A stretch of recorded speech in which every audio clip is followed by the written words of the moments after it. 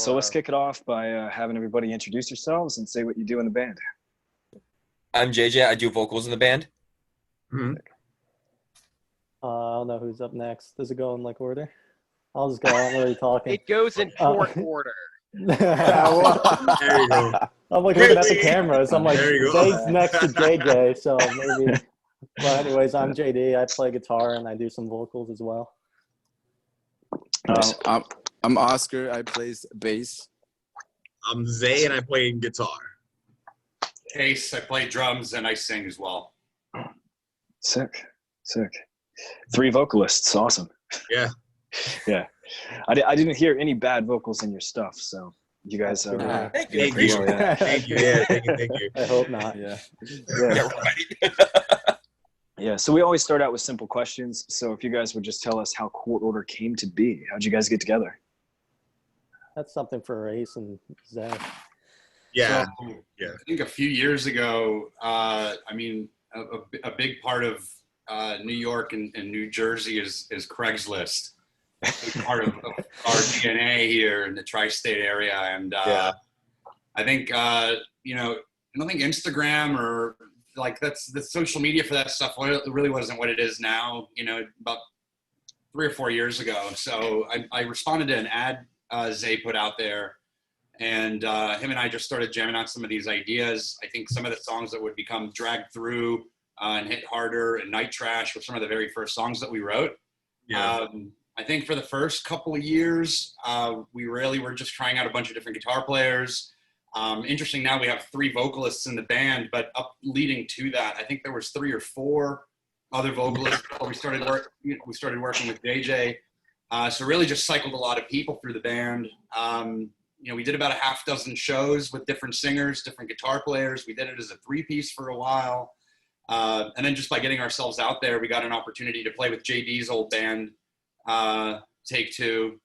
And and then we got an opportunity to work with him. And then one of our old singers was JJ's good friend for one of his old bands, Injured Cold. And what was really cool was in the beginning, there was a lot, like Zay and I had a lot of support from the studio that we were working in and some of the very first shows that we got. And that's really what drew a lot of people together. I think, we wouldn't have got an opportunity to meet JJ if we didn't play with Injured Cold first, and then they introduced us over to him. So I think a lot of people were very interested in what we were doing in the beginning, and then slowly started to really just introduce us to it. I think, Zay's wife introduced Oscar to the band, right? So I think that there's, just kind of a lot of support that we had locally from our own community to really get this going, which is really a special thing that happened.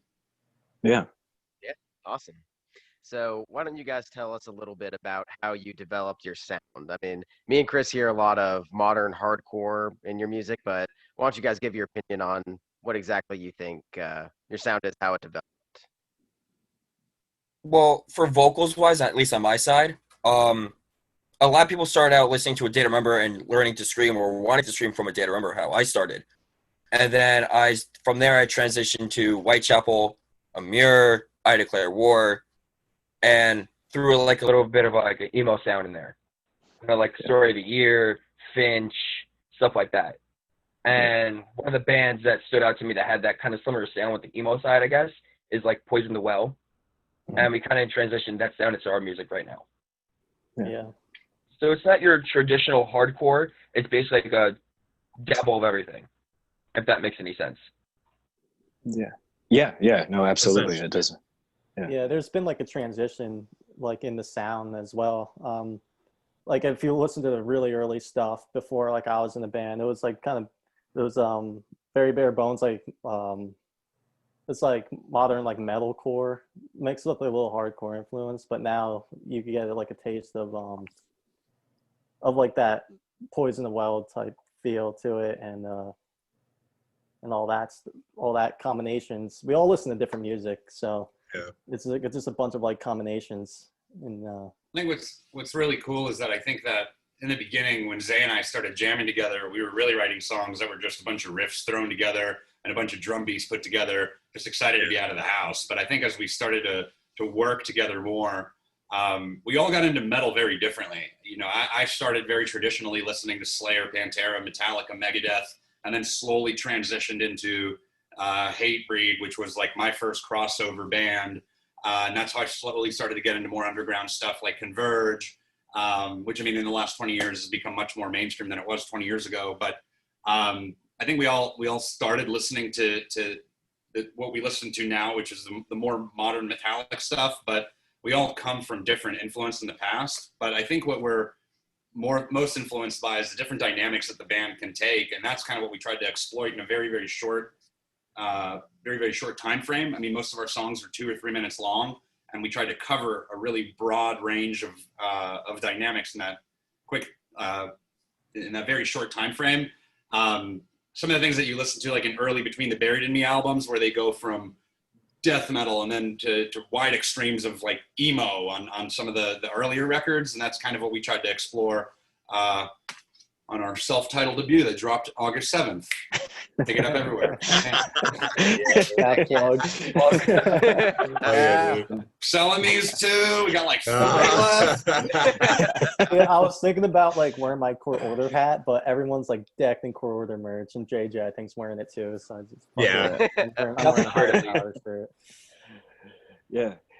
So with all of that said, I'm wondering if you guys identify as a hardcore band. I mean, I'm not trying to get you kicked off of hardcore worldwide or anything, but I do want to know. I mean, what? I mean, not fully, because we're like a weird breed. Because I would more consider us like more new metalish or new hardcore, if that makes any sense, like the NU. Like new metal. Yeah. Yes. Yeah, That kind of let's feels make that up. Yeah. Yeah. Yeah, right. Exactly. Yeah. I think what's really interesting about it is that the more that I become a fan of the scene, the more I realize that hardcore can really sound like anything. You know, if you ever sat through a weekend in Philly at This Is Hardcore, you have bands like Jesus Piece, and then you have bands like 100 Demons, Gorilla Biscuits. There's a huge wide range of what things can sound like. You know, you have bands like Have Heart and Knock Loose that can all be on a festival together and are all hardcore but sound completely differently. You know, you hear the New Year of the Knife record. That is an exclusively a metal album, but for some reason, because of who they are, they get sandwiched with Reign of Salvation and Vicious Embrace and this hardcore community. So I think foundationally, the DNA of the band is very much a hardcore band. I think our ethic, our DIY focus, printing our own merch, putting our own stuff out there, is a very hardcore approach. I think our work ethic speaks for that, and the bands that we want to play with. But the more that we get out there and the more that we play with bands, the more that we've realized we're more of a metal band in a hardcore realm. You know, when I've talked to some people about getting on some of the bigger shows, like, you know, we want to be that band that can simultaneously play a Warped Tour and also play a New England metal and hardcore festival. So I think that there's you know, that fine line between the two. I think that when you think of hardcore, you think of more the youth crew. It's a younger scene. And when you think metal, you think of, I don't know, just like it's an older generation. It feels like there's a much more like aged aesthetic to it. But what we found is that we're able to bring that youthful element from what we are really interested in that drives us to hardcore in the metal realm. And that's what we've noticed, that what our goals are, they're much more long-term. And when you really look at hardcore bands, you see that like just a few eras, you know, and then you see these metal bands that go on for legacy. And that's really what I identify Court Order with as well. But that's something that we definitely talk about a lot. Yeah, I think like when we like try to like make music, when we try to like make like record, like we don't think about, oh, let's make this hardcore, let's make this sound like metal or something. Like we just like we put together what we want, like what we like, and then we came with like all these influences. Like for example, for me, it's like punk. I start with punk, and then I start like punk, like hardcore punk, and like all that wave. And then that's that we all bring like different things to the band. And then that's what it's like. Yeah, we can be like hardcore, but we can be metal too. Like that's what I feel at the band. Like that's like we have some songs like with those breakdowns, like you can feel, oh my god, this is like really cool, like hardcore thing, but it's also like metal thing. Like we can be like in those two areas, I guess. Yeah. Yeah, I think like hardcore. I think of it more as like a community almost. Like Ace said, there's just so many different sounding hardcore bands. It's hard to, at least now, to pick out like what is real hardcore or like what, you know. So Yeah, for sure. Yep, your sound is definitely a great reflection of everything you just said. And me and Chris, I don't know, we've been exposed to quite a bit of modern hardcore, and they blur the line so much. I mean, you know, it doesn't sound that different from metal. That this line is very blurred now. Uh, and so, going off what Oscar just said, he kind of talked about how you guys are putting songs together. You guys mind talking us through your writing process? the writing process, at least we used to like get together when things were normal. We used to get together and we would just like start jamming out in the studio room and all that. And either some of us will bring a riff, like an idea to the table, and we'll like try it out at the practice. And it's all like a great chemistry too. So when everything just comes together really. So like if I come up with a riff, Ace has something or Zay has something to add on top of that. As far as that goes, it's more like we jam and whatever sounds right. And Yeah. kind of like, Yeah, but we have a secret. It's like we have like riffs on like voice memos. Like actually that's oh Ace yeah, thing. yeah. So he Yeah, yeah, like, yeah, he's yeah, like yeah. One too. yeah. He whenever he thinks about like a riff or like I don't know like a drum beat or something, he's like record like voice and then boom boom boom like he does it. Then I got this idea and then okay, so then we like move it to like guitar or like drum like whatever. But like that's something that we have. I mean, Ace like bring that to the band. Yeah, we would just get like a recording in the group chat. It would be like, "Hey guys, check this out!" Like, like Yeah. Sneak out of bed in the middle of the night. My wife catches me in the bathroom behind the curtain, fucking with my voice memos. What are you doing? Sending me to the cat. No, but I think the voice memo is a really good idea because me and my friends, I know, I mean, the infamous Day to Remember, Downfall of Us All breakdown. You know that like transcended boundaries when they did that. I think all of us can relate to walking around and like dig it, and like you can like write songs like that. But then if you're working with talented people who can translate that into actual sorcery, then I think that's a huge fit. That persons are willing to listen to that and then transform it into a riff. But I think the thing that I love the best about this group, number one, the most important thing about Chord Order when Zay and I first started was we were an organic band.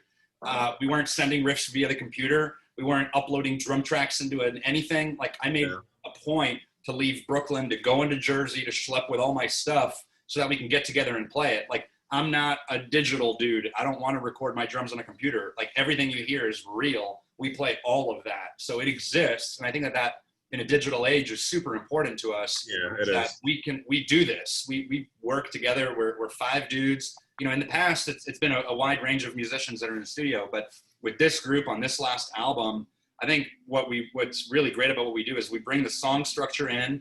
There's a foundation of the riffs and the drum beats, and then once we track the drums, we then layer it with guitars and guitars and guitars that we know we can do live. And then right before we go into the vocals, we make sure that all those guitar lines are guitar lines that we are proud of. Sometimes we write a song and we kind of just go through the verse, but it's not really something that we know that we would, you know, pump our fist to, or like, I'm going to be in line getting a beer during that riff. So we really are trying to think about intentionally about how to make the most intentional music that we possibly can. And we're not afraid to just call each other out and say that riff is a crap riff, or this drum beat, I'm not proud of it. And we'll just take it out and restructure it and put something in there that we know is really going to stand out. Because when we hear our music, we're thinking about what's going to make sense on the back of a t-shirt. What's one kid going to go home and sing about when they're listening to our music? What's going to be the takeaway? So all of that, every single riff in there is 100% intentional. Yeah. And you guys, a couple of times, like in your complete answer you just gave and everything, you've referenced this sort of DIY approach, and particularly as it regards to hardcore identity, hardcore philosophy, right? And so I was just wondering if I could get you guys to talk about the significance of like why it's important to approach music that way, right? Because I know that someone across the aisle might just program their drums, and you know, if it sounds good, then you're Infinite Annihilator. Right, So I was right, just- right. Or here comes Yeah. the Kraken. Yeah. Yeah. So, and by the way, I'm not saying that to be combative or anything. I'm just trying to get you to talk about why it's important to do it that way. In my honest words, in my honest opinion, to me, it gives more of a raw emotion, Yeah. and you feel every single note organically, like Ace said. You can hear every note, you can see every note, you can feel every note, and everything like that in that aspect. And to me, it's just like, besides that, there's nothing else I really can explain in words. It's just a giant feeling. Granted, if you want to do program drums, like you said, it sounds fine. Cool, go with it. We're not going to knock you for it. But going with an organic situation and series, my honest opinion, one of the best ways to go. Yeah, like what you hear on like our singles or records is like, well, you're gonna hear it like live. It's Yeah. you know, it's, you're not gonna hear anything much different.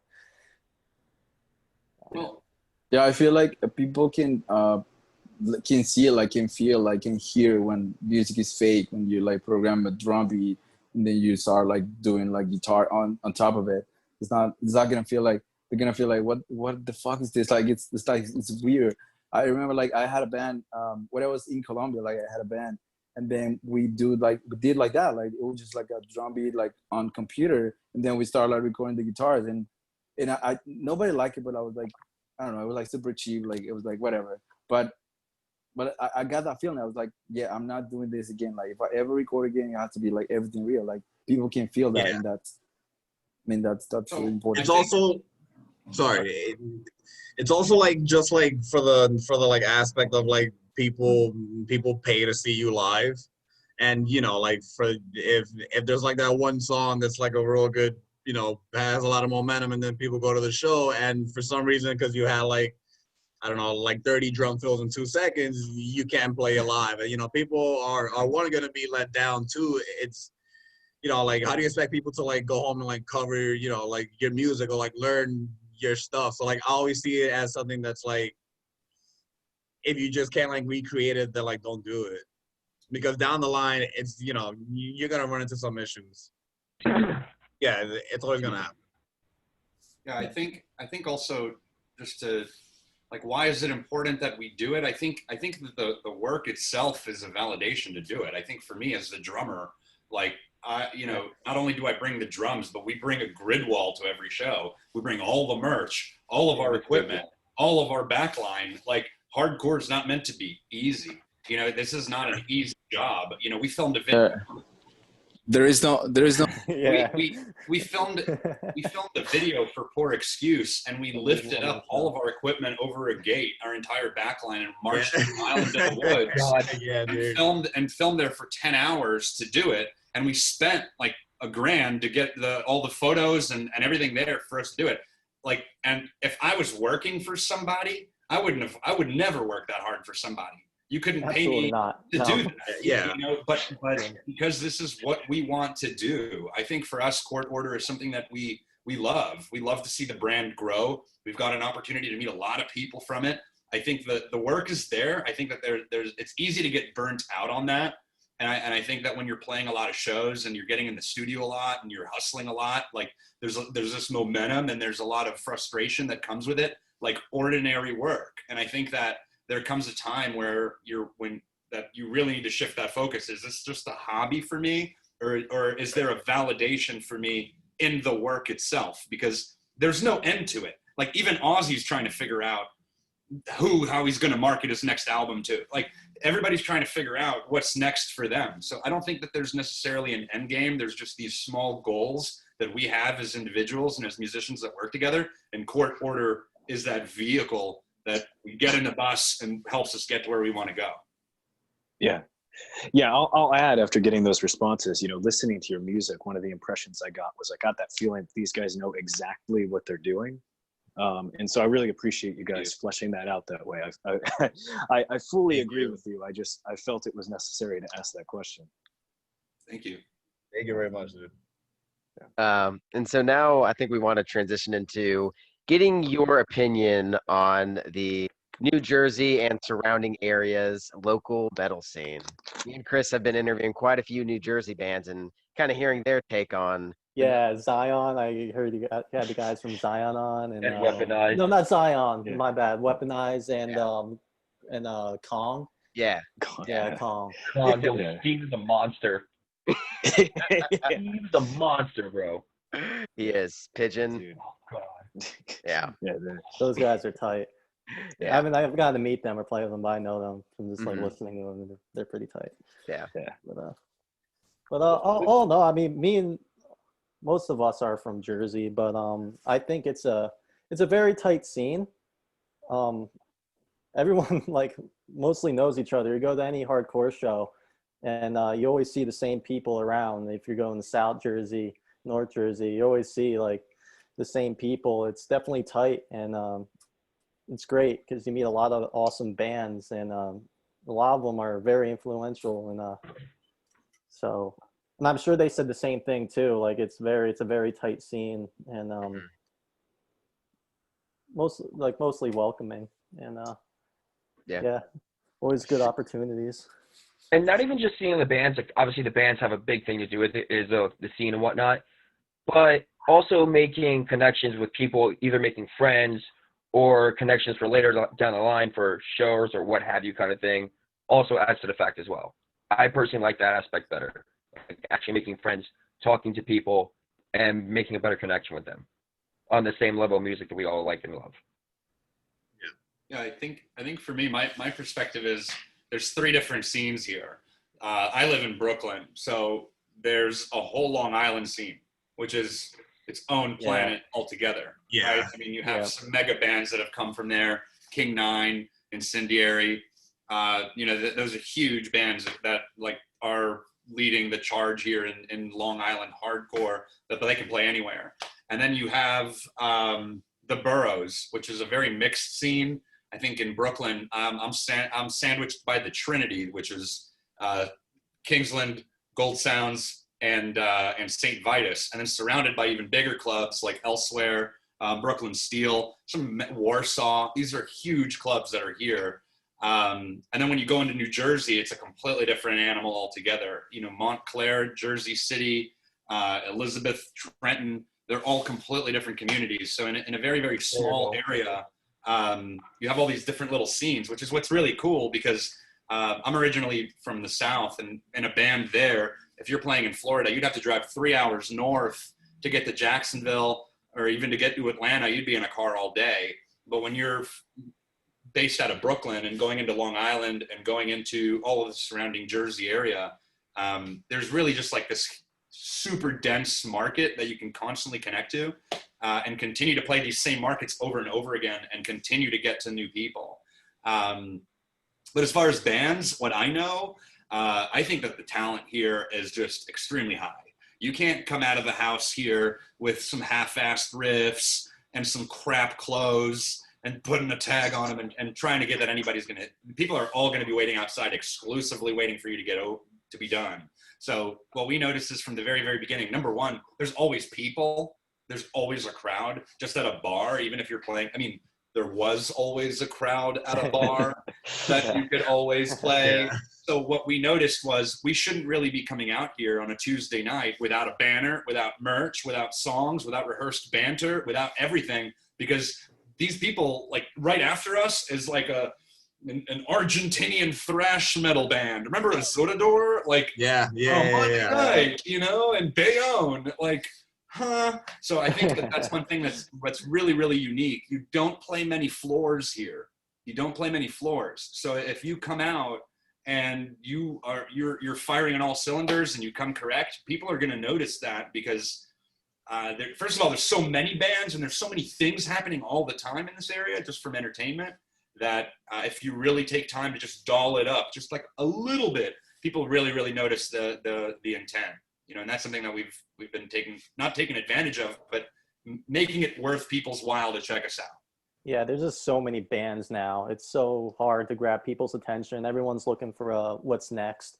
So it's our thing, and it's just come really proper to the shows. Like he's wearing that windbreaker right now. Like we always like dress up in those windbreakers when we play, or this is something that makes us stick out from the others. And I think that's very important because there's just so many bands.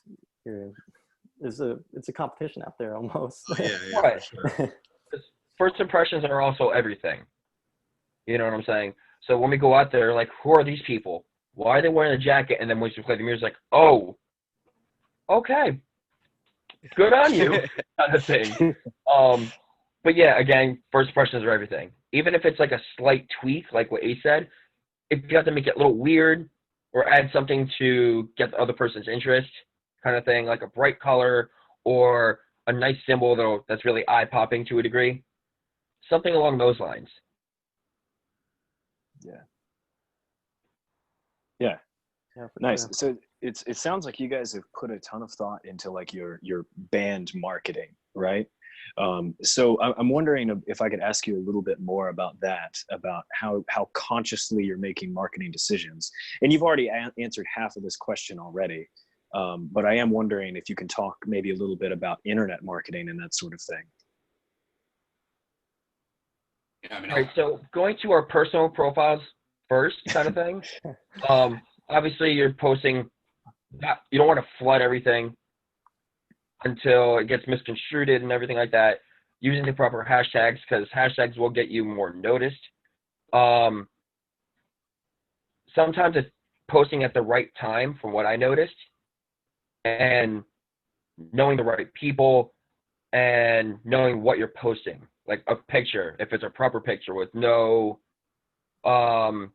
obscenities or anything of the source, and things like that. Even if it's a video, if there's no obscenities, thank God there isn't, kind of thing. Because Quality that will get you content. negative feedback. Yeah, like in a lot of Right, quality yeah. content, you need. Like if you look at our Instagram page or any of our socials, it's all quality content. Like those, like you look at our page, that's like hundreds and hundreds of dollars worth of like content you see on there. So it's definitely like what you're putting out there. If you're just some dude wearing a higher power t-shirt, and nothing wrong with it, but there's so many bands doing it, and like posting an iPhone picture or like your jam sesh. I mean, I don't know. To me, like that's not like a cool like professional take to it, but that's just like stuff we think about. Nothing wrong with it. It's just how we like to stand out. Yeah, I think the most important thing is that we've never negotiated was our photos. I think we've always been very conscious of the talent that goes into that. I think even in the very beginning of the band, some of the ads that I was putting out there to try and just fish out people to work with was, if you're a photographer, if you're a producer, if you're a guitarist, if you're a bass player, whatever it is, like I'm trying to create small jobs here, right? We hire videographers, we hire photographers, we hire publicists, we print ads in magazines. I mean, all of these things are stimulating our own little ecosystem to create our world. But I mean, from a marketing perspective, I think for me, I've always been influenced by bands like Converge, some of that really old Death Wish art, old Hope Conspiracy art. If you take a look at some of the earlier catalog of that stuff, it's just like old Rise and Fall records, Killing the Dream. If you take a look at some of those vinyls, they're just these huge, just incredible, just huge elaborate art, like that's mixed media. And a lot of it is things that I was influenced growing up by, which kind of influenced the earlier art. And then just printing that on shirts and seeing that stuff come to life. I mean, we print the things that we love to see. And then as far as social media, I mean, to that point, to JD's point, it's all intentional. I think, we try and time it. I think we try and just be conscious of when we post and what we post when. And, if we get a gallery from one photographer, how can we use all of these things for different ads? And then just realizing that our fan base is in more than one place. I think that we have a lot of fans that are on Instagram that get a lot of material from what we put out there. And then we have a whole other segment of fans and supporters who are on Facebook that don't even follow us on Instagram. Like, we have the analysis to show us that. And I think that just being conscious of that analysis, I think, is key. But then also just not being naive to some of the old tried and true methods. Like, for this new album, we've been very conscious about how we release the album. When we put it out, we put 2 instant grat tracks. We released 1 track in April. We released another track in June. And when you upload those tracks, what people don't notice is that there's an ISRC code that you can put out there, and those streams go towards the overall play of the album. But if you just release everything on release day and just tell your fans about it on Monday, no one's been there to kind of be a part of that and be interested in what you're doing. So I think that timing is key. Zay's always said, no one's expecting anything from us. So we shouldn't put anything out there that's half-assed, that's not perfect. We should really take the time with it.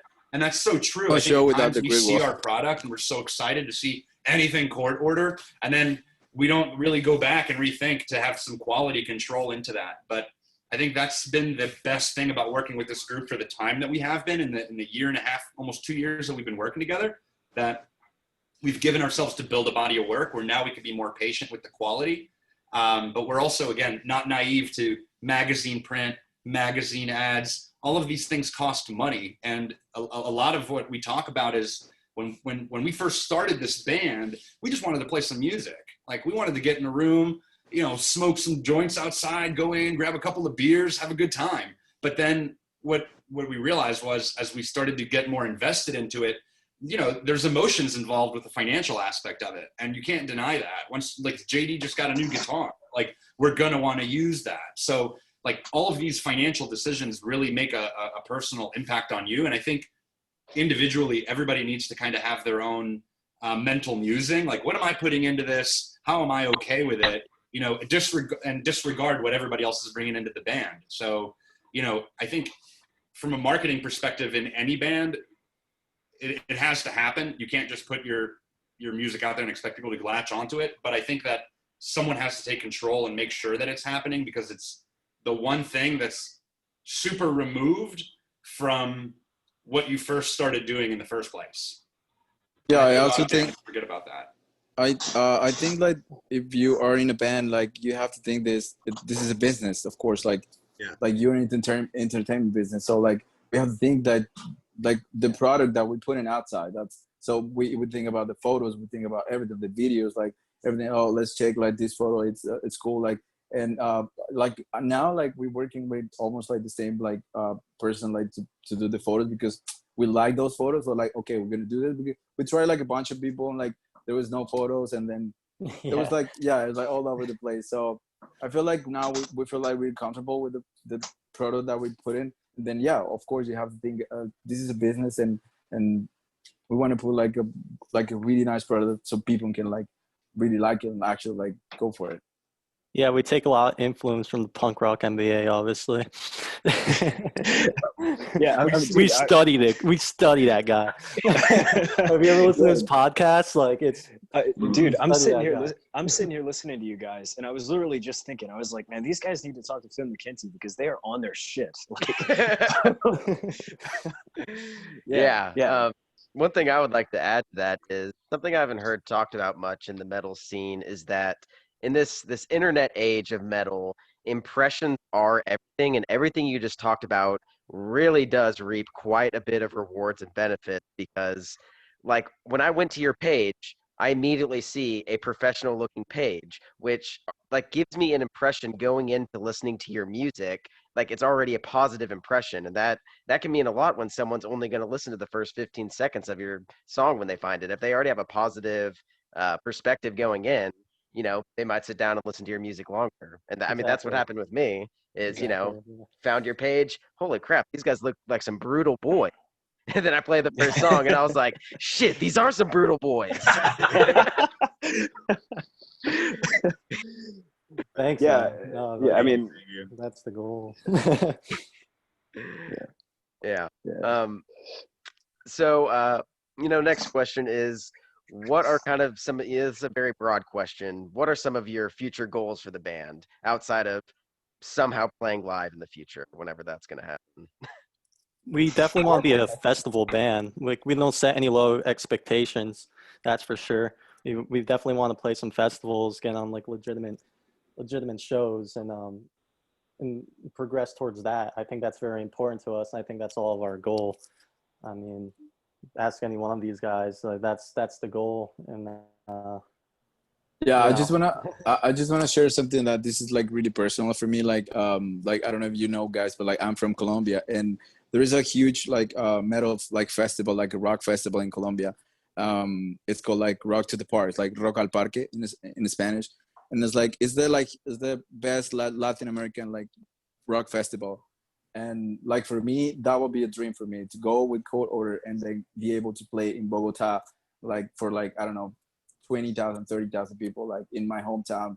That's one of the goals that I want to accomplish with this band, and I know that we can make it. Like the level that we're getting right now, like I see us like playing on a stage, like see the chemistry that we have, and like all the work that we put in the Instagram and everything. Like it's getting there. So like I'm really happy, and I know we're gonna make it. We're gonna do that.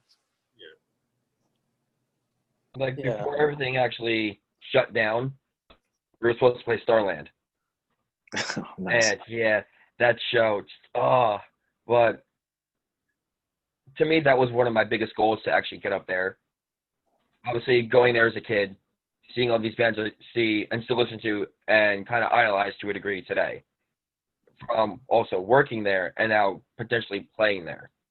Yeah, I remember going to like shows there since I was like a little kid, just seeing shows there. It was always one of those things like, man, I just want to be on that stage one day. Mm-hmm. And like, so we all like prepared. We got all the amps, everything, like upgraded our equipment, and then all of a sudden everything's fucking canceled. You're not going anywhere now. So dude. now I'm just kind of wallowing in all that. This new gear in my room. Yeah. I agree with Jamie. No, I think that like long-term goal for the band, you know, Hellfest, altar stage, 7 p.m. That's it, you know. But I think that a lot of the goals that we've had have kind of they've changed over time, right? I think in the beginning, Zay and I just wanted to record the songs we wrote. Started as simple as that. We didn't imagine that we'd create a whole community around it and build branding and print shirts. Like you just don't see that far in the beginning when you're hauling all your shit on the subway and it's piss raining outside and like, you know, your girlfriend's asking you what the hell's going on and where are you? So like you don't really see that in the beginning. I think things slowly start to kind of materialize over time if you give them an opportunity to do so. I think for us, you know, seeing this stuff come to life and seeing our own branding and seeing the stickers and the logos and people wearing our stuff, posting images of it, like that is a validation of it. But I think we set these small goals to get to the bigger goals. We go into a show, we see everybody in the room. Did we meet everybody? Did we talk up to them? Did they all get a sticker from us? Did they all get a shirt? Is there anything that we could be doing to work the show better and more efficiently? So I think we take advantage of every opportunity. I think every event, every time we get together has a goal. Like today, we want to finish writing a song and get our photos taken. And then we want to record a video of that song after we record it. And then after that, how do we market it? So I think those goals shift. And I think that's what's proven to be successful for us. And that's worked and got us this far. But I think the dream is them requesting the song we don't want to play. You know, that to me is a life goal. Yeah. Yeah, we all set like short time goals. Like when I first started with this band, like I've only played floor shows, like basement shows. The fucking Meat Locker is basically in a basement under a fucking vegan restaurant, super grungy. Yeah. And like, I mean, like that's like the most I did. Then like we just keep making these short time goals because me, I was like, I just want to play on a fucking stage. That's it. So like, so the first show I had with them was in Massachusetts on some fucking dive like bar, and like, and I'm like, all right, then we got to play. And I'm like, all right, I'm used to this. And we got to play on a stage at Lucky 13 in Brooklyn, and just like being out of New Jersey for me, that was like a goal. And just little shit like that. Then now we just set all these short time goals. Like that was like a huge deal for me at the time. Now it's just like, all right, what can we do next? And so Starland was one of them. Yeah. Oh man, guys, we talked to a lot of bands and not a lot of them know exactly what they want. So that's pretty sick that you guys have concrete goals like that. That's why we keep asking the question, is we're hoping that somebody will actually have an answer. So So props to you guys. If this were a job interview, you guys got the job. Thank you. I do want to go off on a little tangent real quick. Can you please tell me about the purple guitar? Like, Yeah. Boy. So I literally just got I this love it. today. Yeah, please None talk of these about guys it. like seen it, so I was like, I'll just fucking bring it on this podcast. But Yeah. no, it's the Stephen Carpenter signature model, the SC607B. We just recently started playing with a baritone 7 strings. So this is his newest model for this year.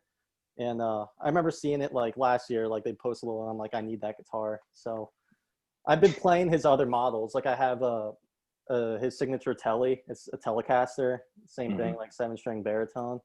I've been playing with that. Now that's just like my thing. So yeah. This the new Nice. this new baby. I just Stephen Carpenter 7-string baritones are just my thing. It's my thing. That's it. We used to play with 6 strings, but if you listen to early stuff, that was all like 6-string material, and but like all the newer stuff, and especially this album's all 7-string baritone, and yeah. I think Legacy to Sell was recorded with 7, wasn't it? Yeah, I wasn't there for that one. I think that was the first 7. It was the first song on the 7-string. Yeah, it was. Yeah. Okay. After that, we've been on the range for a while. It was drop C, now we play drop G. Yeah, that's kind of the way the things are going. If you only had 6 strings, I would say you didn't have enough for 2020. Dude, fucking Stephen Carpenter, you guys listening to Deftones? It doesn't sound like it, but that motherfucker's playing on a 9 string. Like, yeah. Oh jeez, yeah. I wonder sometimes if we've kind of hit critical mass with how many strings you can put on a damn guitar. Like, I definitely would like to explore someday, but when I pick up an 8 string, I just don't know what to do. I'm just like on like this low string the whole time.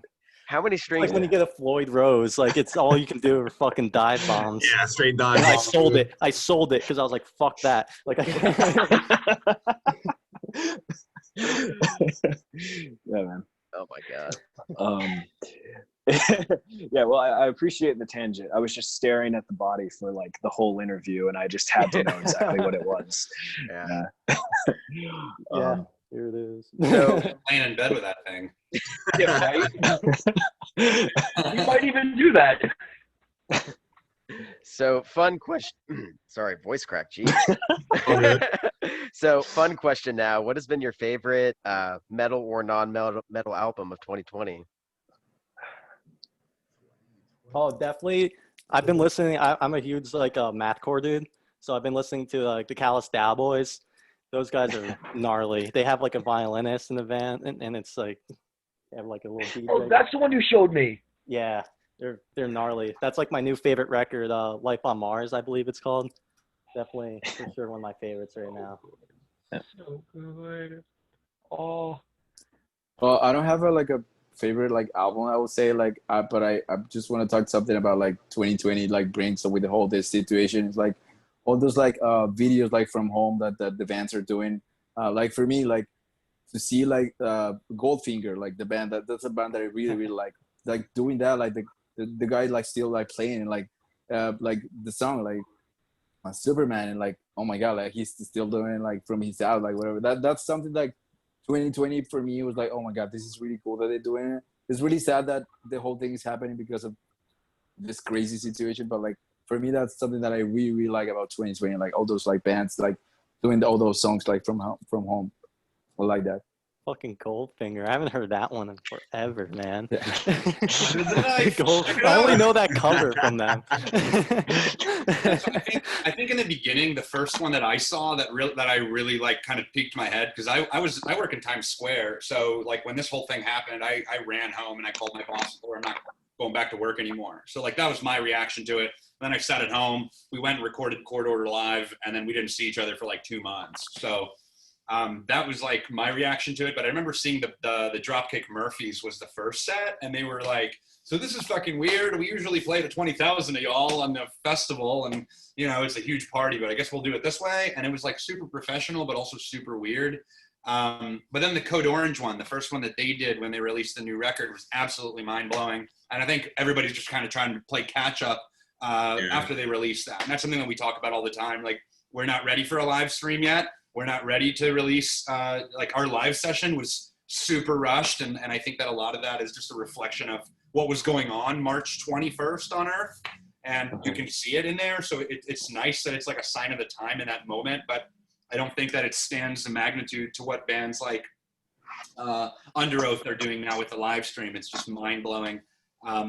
Notable records, I think, for 2020.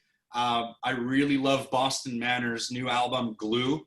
If you haven't heard it, highly recommend checking it out. A band that was a little bit pop punk heavy with the metalcore, hardcore stuff, but then just went super alternative and just wrote bangers. The And then recently I added really- album of the year. Gave And Orthodox then, a fucking 2. I really got to give Acacia Strain what they did with the Slow Decay Drip, how they released all their EPs. Oh, that I was think good. if you just think about that undertaking of all those 7-inch variants going out at different times, while the mail system has never been shocked more so than it ever has in this year, and the fact that I got all 5 of them and the flag and the 12-inch record, and it all showed up at my door, I think it just like shows what that band is capable of and what that business side, and the record's great. I mean, the record is literally like a who's who of modern hardcore. They have Aaron Hurd on there, the girl from Mortality Rate, the dude from Left Behind. It's just like a super packed record. I think it reminds me of like old hip hop records and old Wu-Tang records that would have like 50 people on them, just all these guest features and all these guest verses. And I think that's something that we're starting to talk about now. And to the earlier point where JD sings, I sing, JJ is our lead vocalist, but we have so many features. There's 4 different voices on the album. You know, and our old stuff has 2 different singers on there as well. So I think just kind of thinking about that and seeing what they did with that record, I think was monumental. And it's a damn shame that they can't tour on it, you know? Yeah. But All right, so what I've been listening to this year thus far, our buddies from Long Island, they're called Akamana. They released like this 3-song demo, and it's so hard in your face, straight hardcore. And let's put it this way, if you put like a Mack truck next to a stereo, that's pretty much what it sounds like. Yeah. Just put a microphone right at the tailpipe, and that's what it sounds like. It's so raw and in your face. So good. So good. Sick, man. Sick. They're killing it too. They're seriously killing it. Yeah, dude. Super good band. Shit, I've been listening to a lot of NF this year, and a lot of Kate Renata put out an album called Bubba, which is totally like off the like metal spectrum. But like I just been doing a lot of that. That's it. And besides that, it's like a ton of like weird instrumental. There's like a band called Lettuce. It's like a Japanese instrumental band. So it's just like a bunch of like different shit. A lot of R&B for sure. Mhm. You know? so Yeah. here's the internet. Zay hangs out over here. Yeah. Yeah. Yeah, I listen to a bunch of weird shit, man. There's just so Everything, much. yeah. But Everything. I like to say like what I'm listening to now. The Callous Dow Boys. Yeah. Yeah. Those dudes are nuts. And a lot of Kanashi. Yeah, those dudes Yeah. and gals are gnarly. Sick. Oscar. Did Oscar Who's answer? up? Where Oscar's Oscar's up? like muted right now, dude. There you go. Hey. Yeah, no, well, I don't have like an actual like favorite band. Like I told you, like this is the thing that I like about 2020, like the videos. But like, yeah, I don't have like an actual like album. I listen like for me, like in my own time, I listen to a lot of like punk rock, and I don't know. I'm like I really like the old stuff. Like I try to listen like new stuff, like of course, but then maybe like one song, two songs, then like, oh, I don't like this, so I'm just gonna go back with the album that I like from the '90s. So I'm like that. I don't know. Yeah, I feel you. Yeah, I gotcha. There's so much good music coming out right now. Yeah. Every time I call Oscar in the background, he's got the Mark, Tom, and Travis show just raging in the background. And not even the main set, Yeah. just like the dick and fart jokes for the last 30 tracks of the album. His favorite part. Oh man.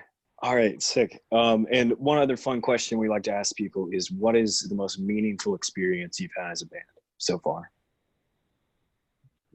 The open armness, if that's a word. Yeah. But that was a word. But like whenever we play a show, people are like, "Yo, you're here. Let's have some fun. Let's do this," kind of thing. That positive energy. It just feels real for every show is whatnot. That wasn't English. I'm so sorry. The positive feel and energy of every single show that we've ever played. I meant to say, and it's so different and it's so raw, and it's just too surreal. No matter if it's in Brooklyn, Montclair, Long Island, Connecticut, wherever, it's always a great time. It's I feel like for me, it was like the last two shows that we play in Philly. We opened for Ingested, and then we play Kingsland, and we opened for like Body Snatcher. I think that was the last two shows. But like, it was like really, it was really like big for me. Like in Philly, like it was a lot of people. Like we were the second man, and like, it was a lot of people waiting for like us. Like they wanted to see us, and like, oh my god, when we start, like the whole like energy to the whole set was like really, really, really good. Like and I remember like at the end of that gig, I was at the door like handing flyers to people, and people were like, "Oh my god, this is your band! I really like it." Like, and I remember that I was the only band doing it. And I was like, "Oh my god, this is really cool!" Like, so people were gonna remember like, "Oh my god, these guys were like handing flyers," and like that's like a small thing that you can do. Like, so like people like you're gonna into the band, but I think like the last two shows were like the biggest, like for me, like the best experience.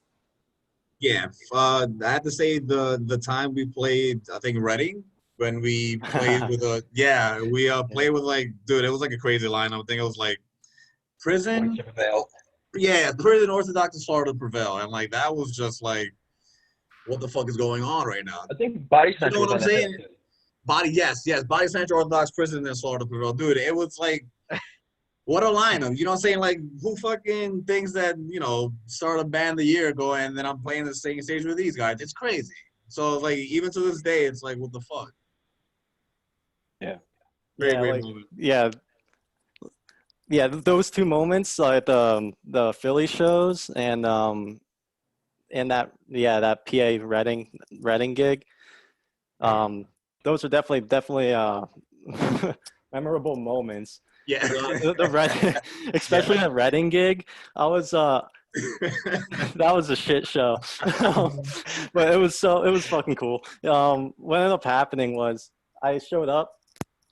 These guys were leaving from Brooklyn. It was like a Wednesday, Thursday night. It was a weird. Yeah, dude. It was like a weird night, and I work in Pennsylvania, so I was like, all right, I'm just gonna head to the gig like straight from work. So I was the first one there. These motherfuckers are driving from Brooklyn. So they ran into like, I don't know, like a 9-car pileup or whatever the fuck it happened. So like down on the way to the venue. Yeah. So I get to the venue. I'm like the only one there. I have my fucking guitar. And like, who you're with? I'm like, Court Order. It was like, where the fuck's the rest of the band? I'm just like getting chewed out by like this promoter for like an hour. He's telling me to get these guys on the fucking phone. I'm like, are you fucking kidding me? So like I get chewed out by the promoter. Then like That's I'm like getting chewed up there. Like I'm like calling them. He's like, tell them I'm really disappointed in them and all this shit. We got there. They're like, oh, it went well. I mean, nothing like horrific happened, but like that was definitely like an experience for me. A lot of promoters suck. So if you're a fan, get ready to get chewed out by fucking promoters. But funny thing about that was the promoter was like giving a hard time to JD, and then when we play after that, the promoter was like, "Oh my god, guys, you are professional." Like, so he was like, kind of like regretting like the hard time that they were giving, because he was like impressed with the band. So like, yeah, like fuck that guy. Yeah, it was sucks because they put us Awesome. on before like a Slipknot and Limp Bizkit cover band, and like I don't know, Who it's played to totally a backing track, dude? Who played yeah. to a That, backing track? They weren't playing a thing, that's dude. not It saying was any just a names, backing track. but like I don't know, like it totally like killed the whole mood of the fucking show, and we were so hyped to be there too, because we're like fucking Slaughter to Prevail, like this is fucking sick. Then like then so that was like definitely one for me. Then the second one was Philly. So that was fine getting there and everything, but it was so fucking cold that day. And like I don't know if you guys heard of the Voltage Lounge. It's basically a garage with a bar in there and a stage. And so we're all there. Same thing. It's ingested, last 10 seconds of life. Everyone's there. And we're just super hyped to be there. And it was like the last run of the tour for those guys. So everyone was just like kind of like pissed, and like they're Yeah, not dude. stoked to play the Voltage Lounge. And like it was like, oh man, like we're just so hyped. We're there like kids in a candy shop, and like everyone's like, I just want to fucking be over with this tour. And but it was cool because we showed up, we played, a lot of people were there for us, and Yeah, it was a great show. it was a really fun show. And yeah, it's cold as fuck. I snap a string before I'm going on set tuning my guitar, like 5 minutes before our set. I'm just like, oh fuck. You were so pissed. So pissed. Yeah, so it was definitely like when we get there, we're like, man, this is not going to be that great, but it turned out to be like one of the best shows we played. Best, because yeah. and especially it was like our last show before all the whole lockdown and everything happened. So definitely a fun time. Yeah, the really cool thing about that night is, I mean, I've got a ton of great memories. I think recording the album, the Poor Excuse video, I think everybody's individual like moment when they were asked to be in the band is a really special moment because we're all still here. So I think, you know, I remember when JJ joined the band, and JD and Oscar, like those were all like really important moments because we're still here talking about it. Yeah. So that's something that was really special. But I think for me, when what we've learned is you got to stay till the end of the night when you're the band. And if there's a band listening to this, you can't leave. If you're the first band and then you don't want to wait because you got shit to do tomorrow, you got to wait, and you got to wait for the entire night to leave because it's straight up disrespect to pull your plug and get out of there. Like, just think about the scene that there's still 3 more bands to play, and here comes the band with their grid wall and all their shit down the stairwell sneaking out. So what we've learned is that the moments after the show are the moments that we have the best responses from fans. When people are coming up to us and talking to us about the band, that's when we notice that people are really buying more merch. Like, nobody wants to buy 2 shirts and then walk around with them tied to their waist throughout the night. So I think when we had a moment of awakening as a collective, that like, we gotta sit here. Like, I know it's Thursday night, we gotta be somewhere tomorrow, but like, this is what we're doing. So I think when we've had that realization and realized that the reaction that we got from our fans and our supporters mirrored that. You know, people were coming up to us at the end of the night and buying CDs and shirts, and like our merch numbers sort of just go through the roof just because we were staying put. So I think that was something that really elevated the reach for the band, because when you're the first or second or third of 6 or 7 bands, sometimes people aren't getting there at 6, 7, 8 o'clock, you know, and if your stuff is already gone before the end of the night, you know, are you really taking advantage of that opportunity? So I think that has been, seeing that reaction at the end of the night for us has been one of my favorite things about the band. Not even just that, more to add to Ace's fact, not even just that, it's more of like even just talking to people. Either, again, it's about Court Order or the show itself, how the person's doing, or just talking in general about almost anything and everything. Because once you get that better connection, they're going to keep coming back and back and back and back. Yeah. Great, guys. So I think we've pretty much reached the point of the interview that you guys want to bring up any other subjects that you want to talk about, feel free. If you want to plug anything, feel free. Everybody listening, the link to the EP and all of your music is going to be in the description. And if you guys have any questions for us, the floor is yours. One thing you should know about us, like we are huge in Australia. I want to say that. That's all. Yeah, That's one thing I that told him was to say that. Did he really? I'm like, Oscar has to say we're huge in Australia. No, we did an interview, and he brought up, he was like, yo, we're actually like pretty huge in Australia. And we just thought, Yeah, dude. And it's like 94 listeners or some shit. It's like, I hate you, Oscar. I hate you. I hate you. I love you, JJ. Our new album just came out August 7th. We're super stoked about it. We worked on it together. We recorded it in 3 days. Songs we've been working on for a very long time. Poor Excuse is the first single off of it. That video is out now everywhere. It's at Court Order HC on Facebook and Instagram. All of our links to our Bandcamp, courtorder.bandcamp.com. You can buy all our merch there. Everything's available up there. We have the record available on 12-inch. It's limited to 250 copies. It's a beautiful, clear record. And it's available on CD as well and on cassette from 7 Alpha Records. So I want to thank you guys for the time you took to get connected. And I want to thank the band, JJ, JD, Zay, and Oscar, my homies and my brothers in this. So thank you. And keep up the hard work, guys. I mean, we really appreciate what you're doing for the community and give us an opportunity to talk for an hour, about things that we talk about to ourselves and our family and each other endlessly. So it's a pleasure to have you guys here and feed off of that energy and really represent Court Order today. So thank you for that. yeah, thank you guys. yeah, thank you for having us on. Like, I listen to the podcast when I'm at work, so so I listen to a few of your guys' stuff. So. Awesome. No, thank you guys so much for coming. I mean, we don't have a podcast without having the band to talk to, and you guys were a lot of fun. This was really cool. Yeah, you guys have been fantastic, and I know I speak for both of us when I say that we're totally in support of you guys. We hope you make it on tour. We hope you guys end up playing festivals. Oscar, we hope you make it to Colombia.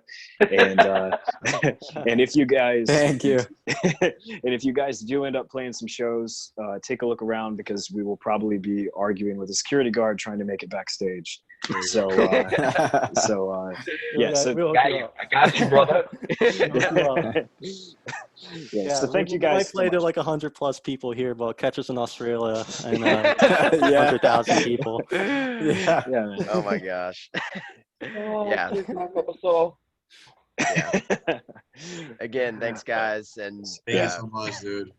Yeah, absolutely it's been great. a killer EP. Seriously. Thank you. Thank you so much. Thank you, guys. Thank you. All right. Thank you. See you guys.